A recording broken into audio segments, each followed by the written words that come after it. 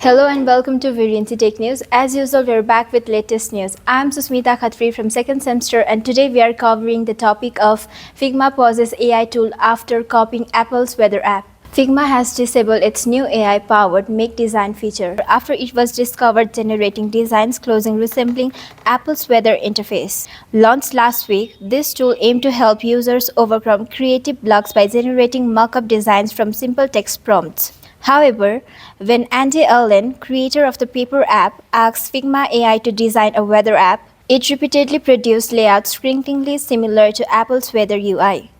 This issue highlights the complexities of AI in the creative field, as Figma assured users that its AI model wasn't trained on existing Figma content, community files, or specific app designs.